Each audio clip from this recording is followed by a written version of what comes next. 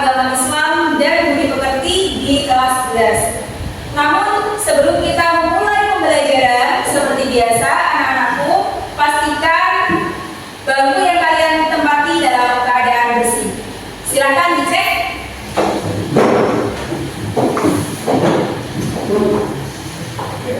Sudah bersih? Baik, terima kasih anak-anak. Sekarang silakan ketua kelas untuk memimpin membaca doa sebelum kita memulai pembelajaran dengan harapan Allah Subhanahu wa Ta'ala memberikan kita semua ilmu yang bermanfaat dan barokah serta memudahkan kalian dalam meraih mimpi dan cita-cita nanti di masa depan. Ketua kelas, silakan dipimpin untuk berdoa. Mari teman-teman kita membaca doa terlebih dahulu. Membaca doa mulai.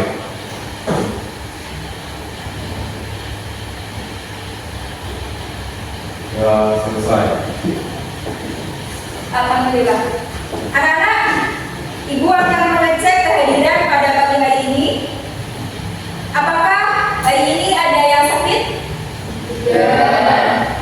Hari ini ada yang izin? Tidak. Berarti semuanya hadir ya di pelajaran Ibu pada pagi hari ini? Tidak. Baik, alhamdulillah.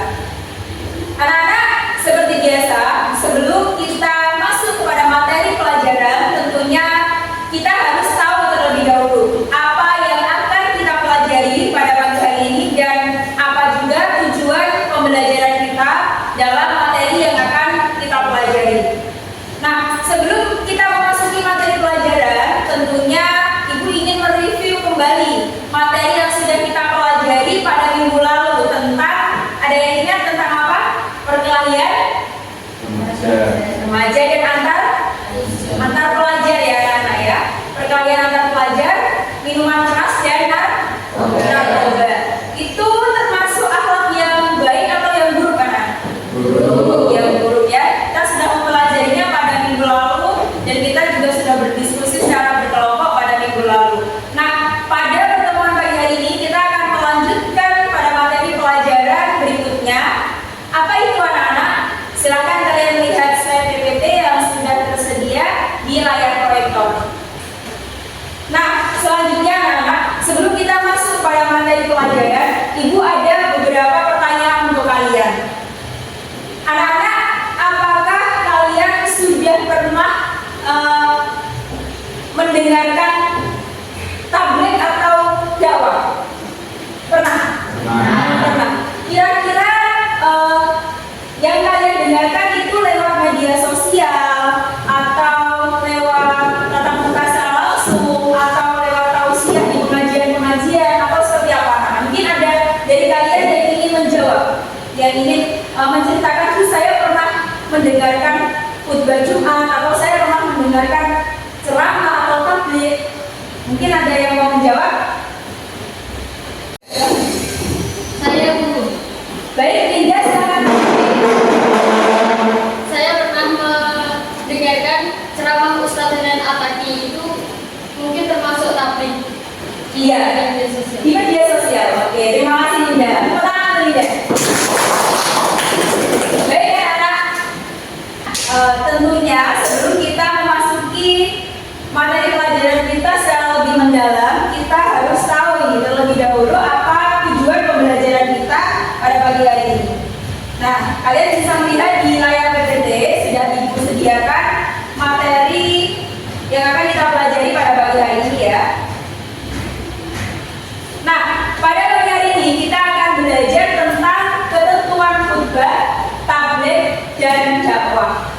Nah, mungkin anak-anak cowok sudah pernah mendengar khutbah Jumat? Sudah. Karena sholat Jumat merupakan kewajiban bagi laki-laki Muslim ya. Maka insya Allah di sini yang laki-laki sudah pernah semua mendengarkan khutbah Jumat. Nah, apa sih anak-anak tujuan pembelajaran kita? Ada 3 yang harus kita capai dalam pembelajaran pada pagi hari ini. Yang pertama adalah menganalisis ketentuan dakwah, khutbah, dan tabligh. Yang kedua, menerapkan ketentuan dakwah, khutbah, dan tabligh. Dan yang ketiga, membiasakan sikap menebarkan Islam rahmatan lil alamin. Itu anak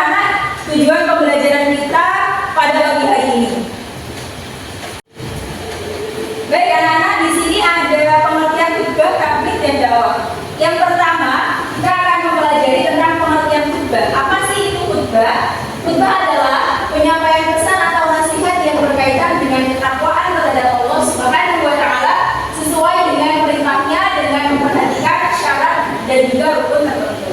Nah, khutbah ini ada syarat dan rukunnya ya kan. Khutbah ini tentunya harus memenuhi syarat dan rukun supaya dapat sempurna khutbahnya. Kemudian yang kedua adalah tabligh. Apa itu tabligh anak-anak? Penyampaian pesan atau nasihat yang berkaitan dengan ketakwaan terhadap Allah sesuai dengan perintahnya dengan memperhatikan syarat dan rukun tertentu. Nah, sedangkan untuk dakwah adalah mengajak orang lain untuk meyakini kebenaran ajaran Islam dan menjalankan syariatnya. Nah, itu adalah pengertian khutbah, tabligh, dan dakwah. Selanjutnya ada dalil tentang khutbah, tabligh, dan dakwahan. Apa itu? Yaitu di dalam Al-Quran ada salah satu dalil yang menjelaskan tentang khutbah, tabligh, dan dakwah yang terdapat di dalam Al-Quran surat Ali Imran ayat 104 yang berbunyi وَلَتَكُنْ مِنْكُمْ أُمَّةٌ يَدْعُونَ إِلَى الْخَيْرِ وَيَأْمُرُونَ بِالْمَعْرُوفِ وَيَنْهَوْنَ عَنِ الْمُنكَرِ وَأُولَئِكَ هُمُ الْمُفْلِحُونَ. Yang artinya hendaklah ada di antara kamu segolongan orang yang menyeru kepada kebajikan, menyuruh berbuat yang ma'ruf dan mencegah dari yang munkar.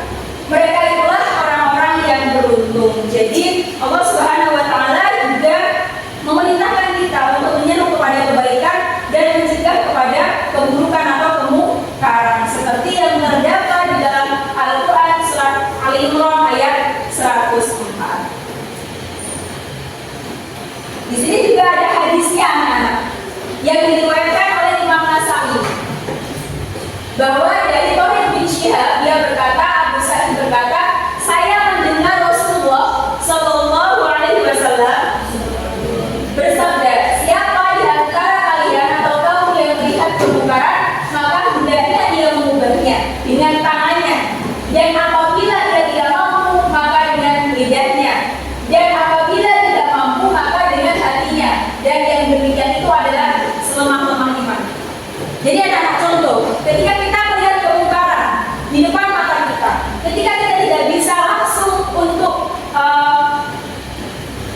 di dalam hati kita itu tahu bahwa itu salah, kita tidak bisa berbuat apa-apa untuk itu, maka apa yang harus kita lakukan?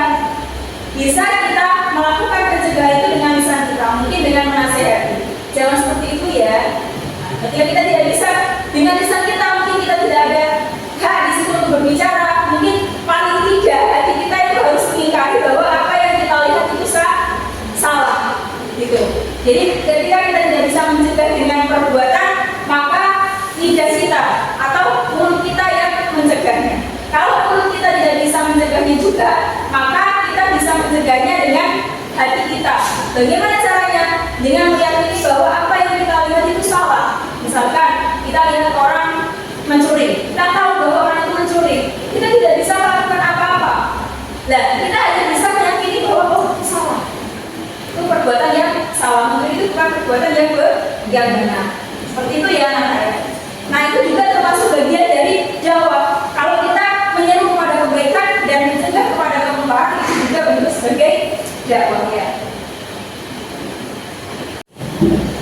Oke, anak-anak.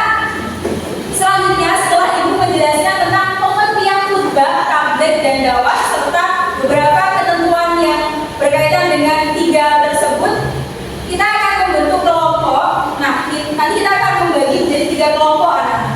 Nah, kelompok pertama adalah menyusun naskah dakwah dan menyelesaikan studi kasus secara berkelompok di LKPD yang nanti akan dibagikan. Kemudian di kelompok dua menyusun naskah khutbah dan menyelesaikan studi kasus secara berkelompok yang ada di LKPD. Dan kelompok tiga nanti akan menyusun rencana kegiatan tabligh dan menyelesaikan studi kasus secara berkelompok di LKPD. Kemudian nanti seperti biasa masing-masing kelompok akan mempresentasikan hasil pekerjaan kelompok dan hasil diskusi yang sudah dilakukan di dalam kelompok masing-masing. Sampai sini apakah semuanya bisa dipahami? Sudah jelas? Baik, kalau jelas kita langsung bentuk kelompok.